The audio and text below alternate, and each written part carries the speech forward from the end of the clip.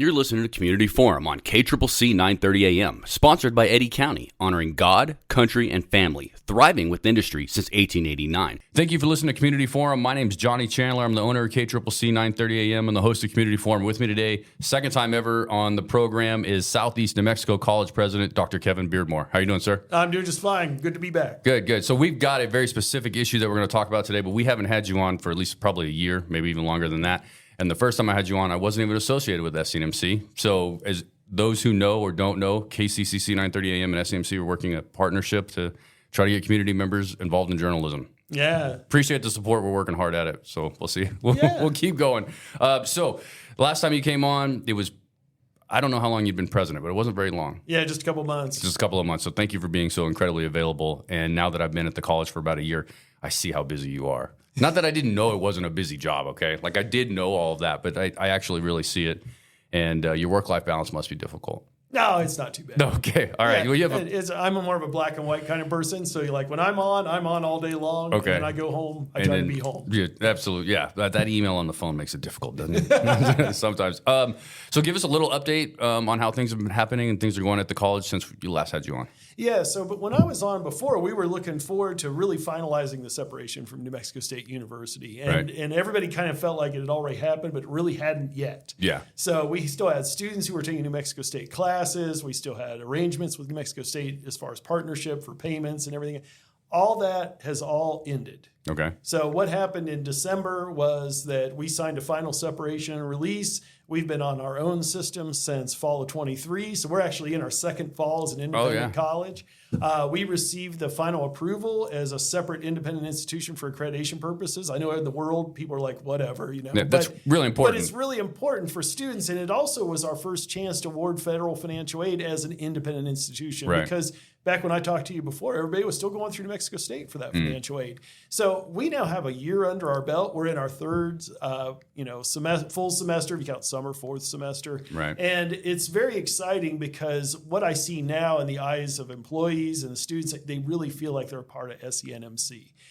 When I first started here, you still see people now and then wearing New Mexico State shirts and so on. Right. It's pretty rare now. It is. We're very much our own at this point. Those NMSU shirts stand out like a sore thumb now when somebody wears it around. People notice it. I have people talking to me.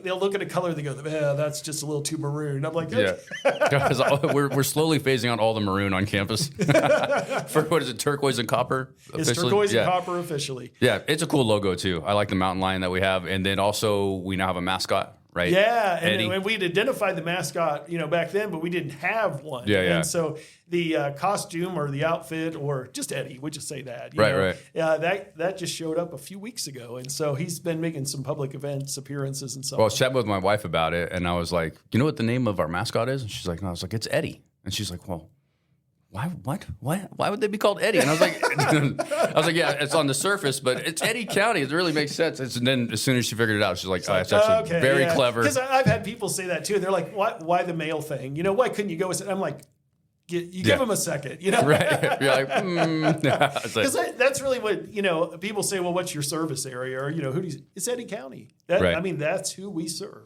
Right, truly. And then we'd like to bleed into the other counties too with separate services from the other educational institutions over time, right? Everyone's welcome. I don't mean it that way. Drive across country for us. We'll help you out as best we can. All right, so let's move on. We have Higher Education Bond 3. Yes. Right. That is going to be voted on November 5th. I'm sure everybody knows that there's an election on November 5th. The most important item on that ballot is Higher Education Bond 3. The second most important one would be the president. Right?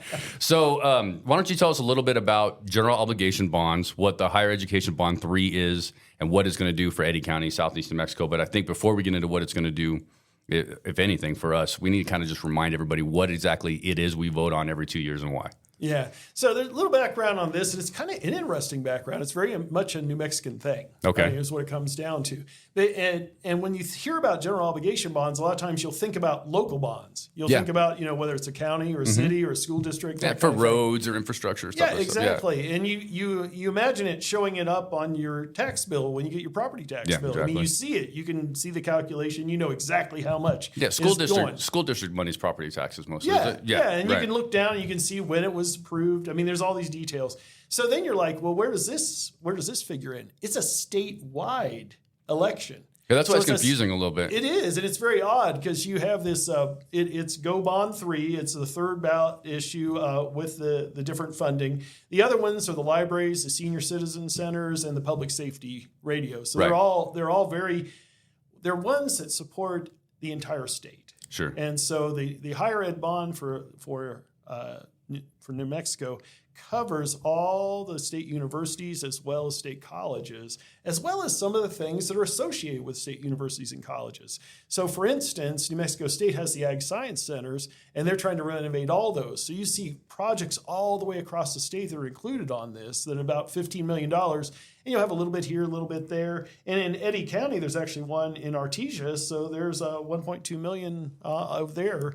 To support that. Is that run by, is Agricultural Sciences across the state run by New Mexico State? Yeah, I mean, it is the agricultural school of record. I mean, that makes a lot of sense, but it's also a valid question, which explains a little bit why NMSU literally has tentacles everywhere in the state, or it did at one point with us, with San Juan College, because they're so focused on agriculture and helping the state with their agriculture. That seems to make a lot more sense, because I felt like a lot of large universities tend to be regional, right? UNM's got Rio Rancho, Valencia County, all that stuff. But New Mexico State was just completely statewide. Mm-hmm. So the ag is going to be wide. So they still run quite a bit across the state, even though, how many centers do they have here in Carlsbad still, New Mexico State?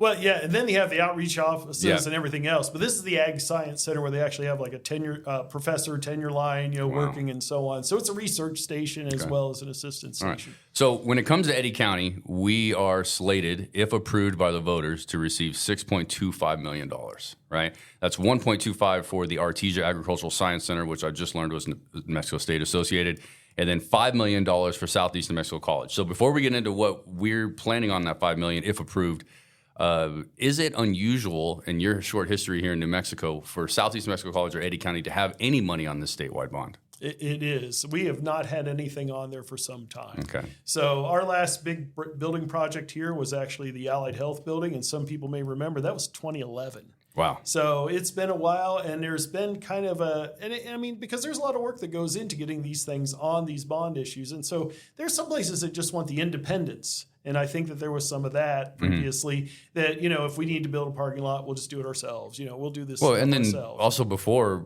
we never would have been listed. It would have been NMSU Carlsbad funds anyways, and then would have gone under the New Mexico State umbrella. Yeah, because even this new parking lot with the covered solar parking, that was actually, it happened after the split from NMSU, but before it was finished. Right. So it was presented by NMSU, and then people from our campus actually answered the questions. Yeah. So it was complicated. It was one of those complicated things. But I would say that the parking lot looks great. Yeah, and it feels great. And the new solar covered parking, it's wonderful. Me and a coworker were looking at the campus from Google Maps. Google Maps hasn't updated yet, right? And so we're looking at it. And I was like, "Wow, look at that parking lot!" That did not look that good, and it was not that inviting. No, it wasn't at all. And now at least people know where to come and park in front of the college, and there's room to do it. And believe it or not, we haven't filled the parking lot except for maybe a couple times. Yeah, so. I've noticed that, but I would say that it's obvious. I've been here a year now. You've been here. We're independent like a year and a half or so, I guess you were saying, but.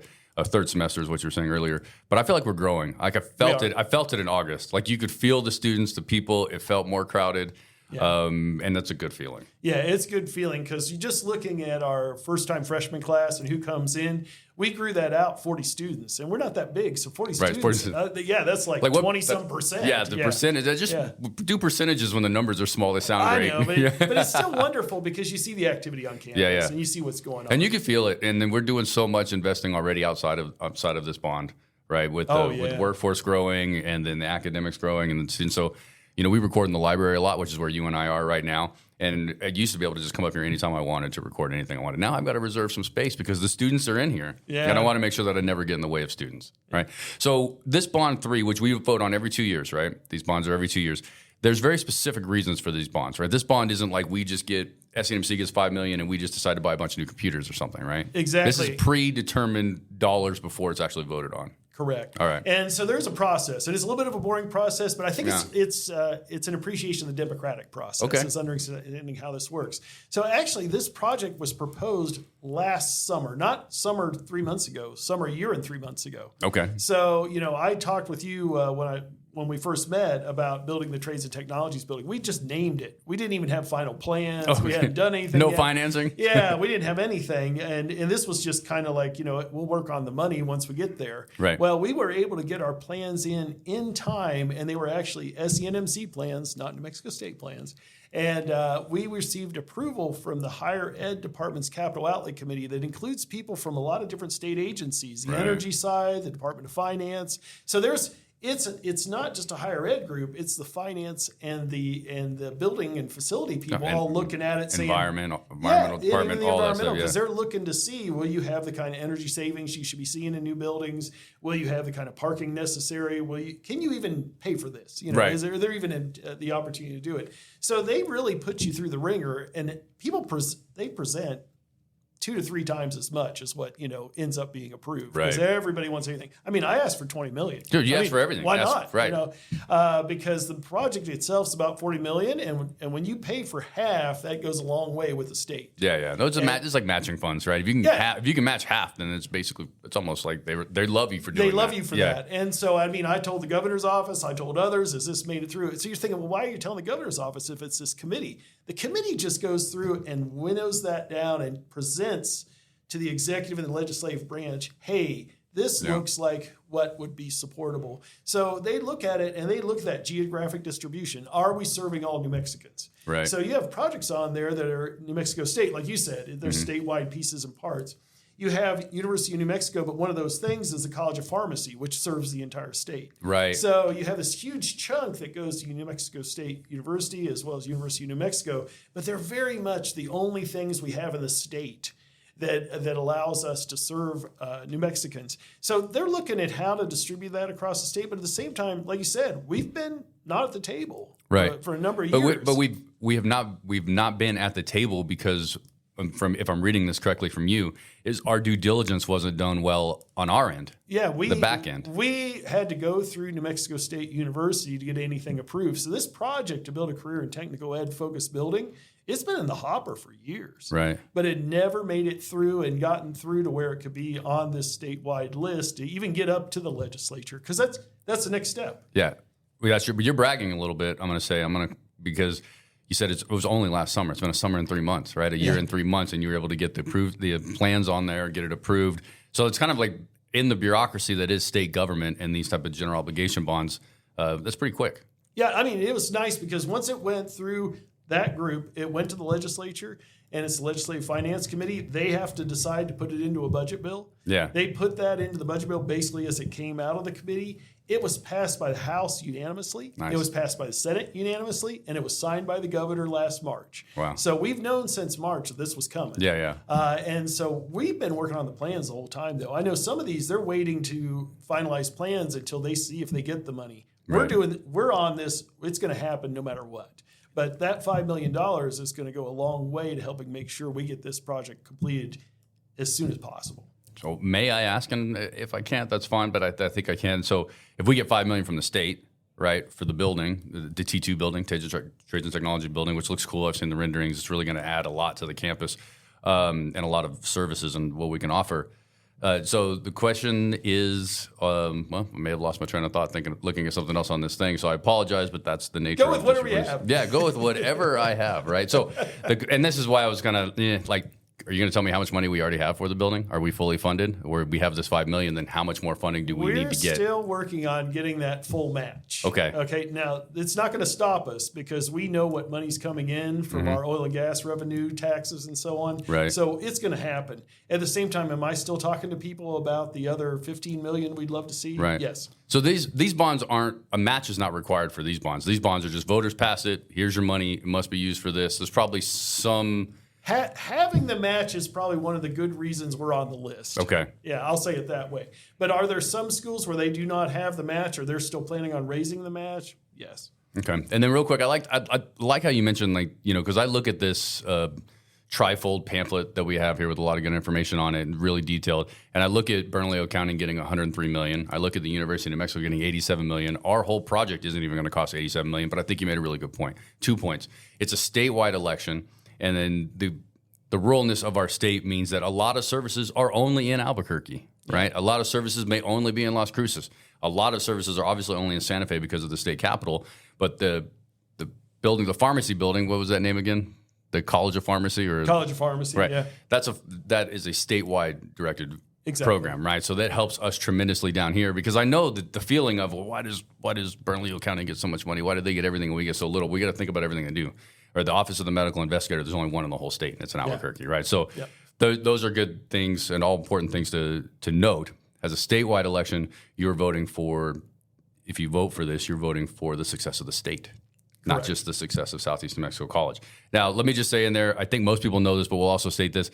This will not raise your taxes. It will not raise your taxes, because this is a process, like you said, every other year for a number of years. From what I understand, it started in the early 90s. So the initial investment was probably in the hundreds of millions of dollars to get the first set of bonds. That's where, the taxes would have gone up, and in this case, the state budget went up. How that money's raised, that comes across the state. Like I said, you don't see it on your local property tax bill. This is a state level bond. It has nothing to do with Eddy County or anything. It doesn't even involve the college. Right. We just get the money. Right. If the voters approve it. The voters and the statewide voters, not just the voters in Eddy County. Statewide voters. So even if Eddy County wouldn't support this, which I'll tell you, in the past elections where we had no projects, Eddy County did not support it. Well, when you have no projects, you can't really blame anyone for not voting for it. Right. We have a project this time. This is a chance to get our piece of the pie on this. And even though we would have liked to have a bigger piece of the pie, particularly, as people tell me, where all this money comes from. I know. We all know.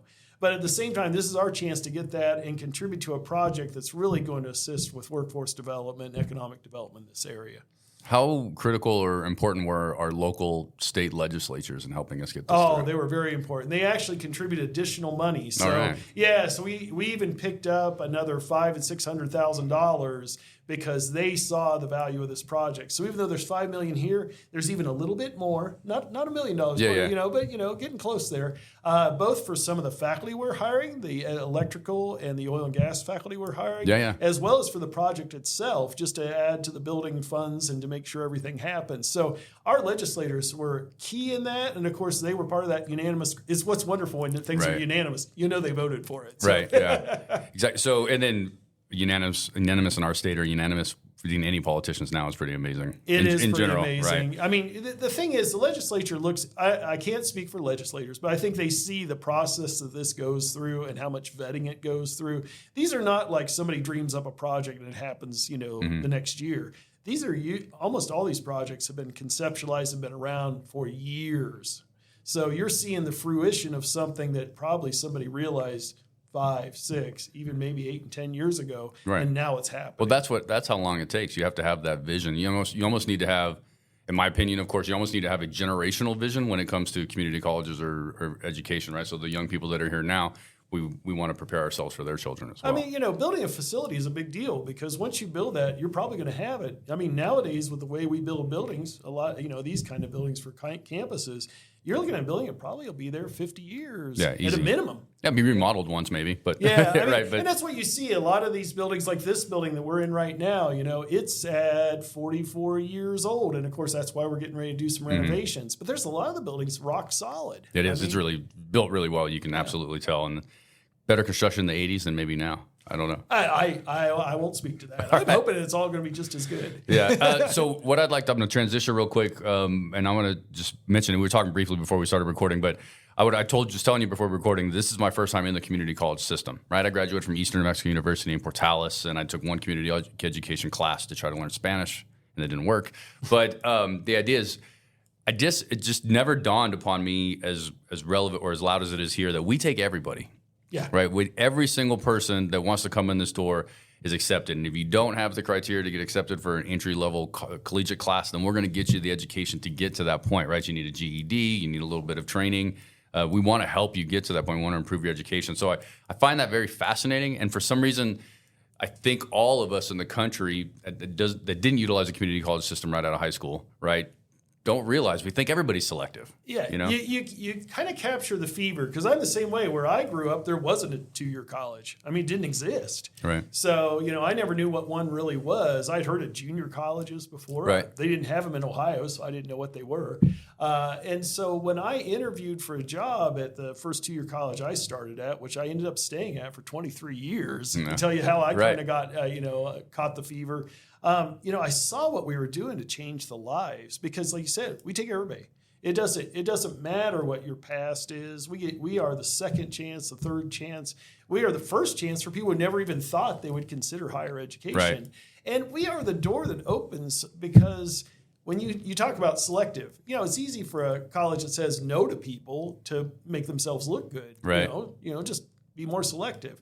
We take everyone.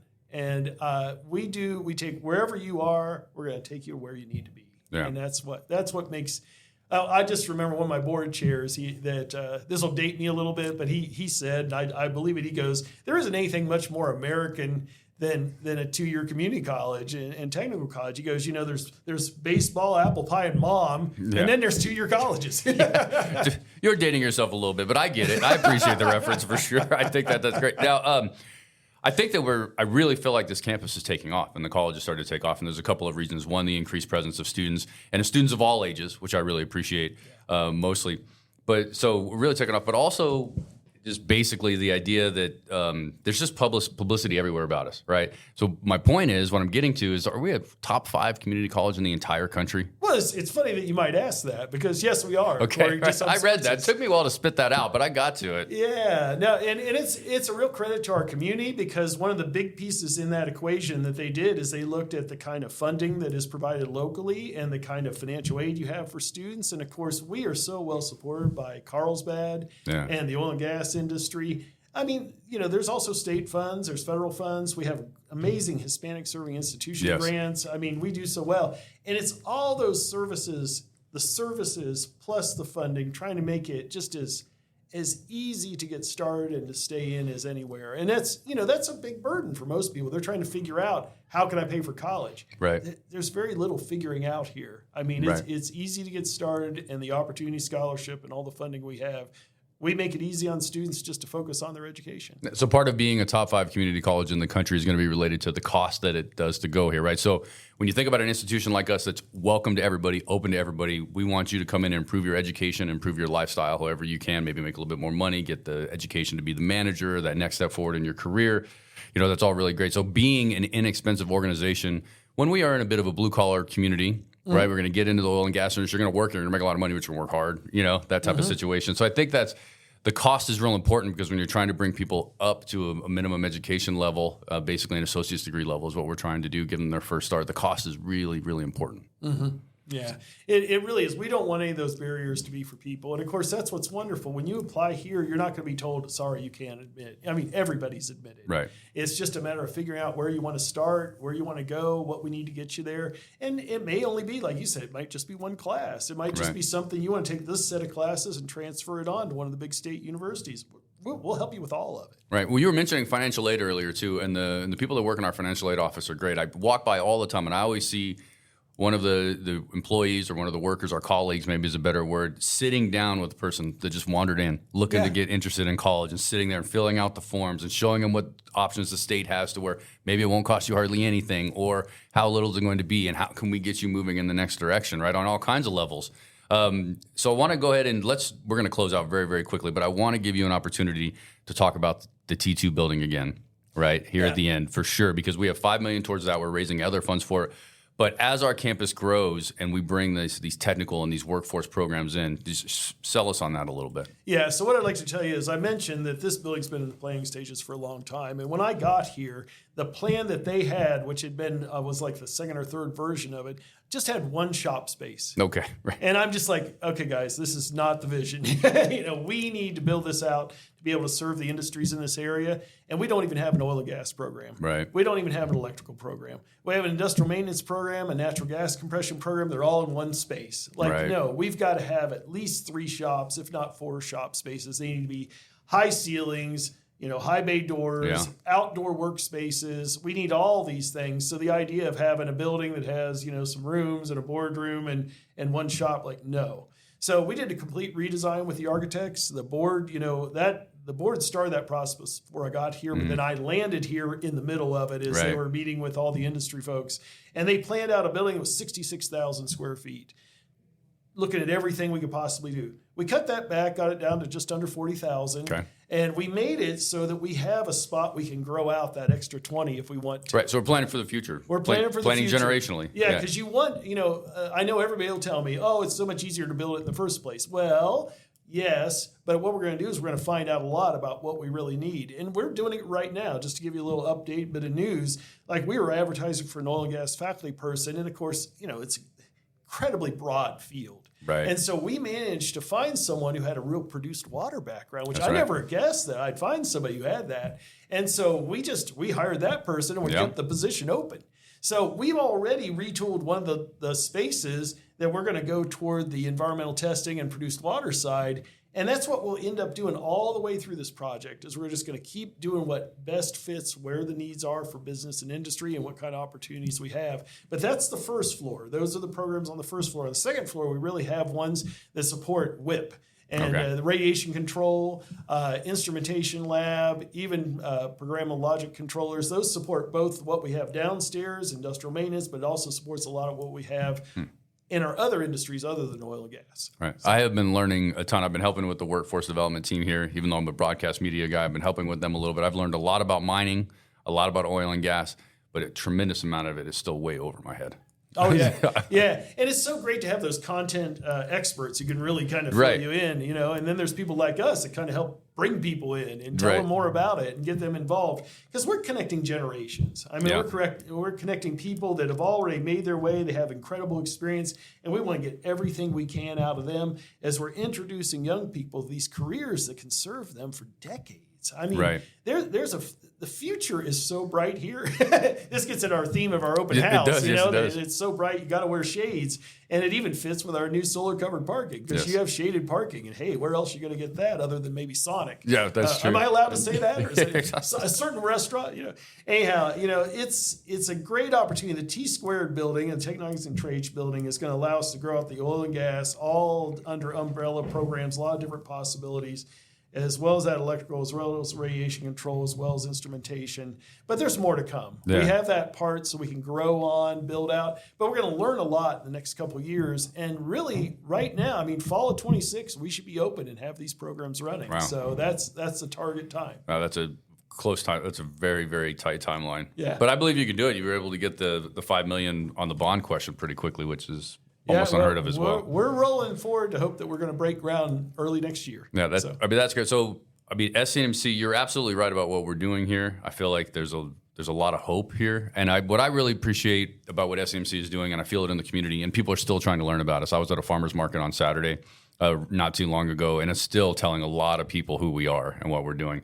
But we are for Eddy County, and we're for the industries and the people that believe in Eddy County, that want to live here and want to be here probably for the first time in our history as an institution. So it's exciting, right? It is an exciting time. Everybody remember to vote on November 5th. Vote on the GEO bonds, vote for the president. I don't care how you vote, but definitely please make sure that you vote. So Dr. Kevin Beardmore, Southeast New Mexico College president, thank you very much for coming on. No, thank you, Johnny. Appreciate it. Appreciate it. You're listening to Community Forum on KCCC 930 AM, sponsored by Eddy County, honoring God, country, and family, thriving with industry since 1889.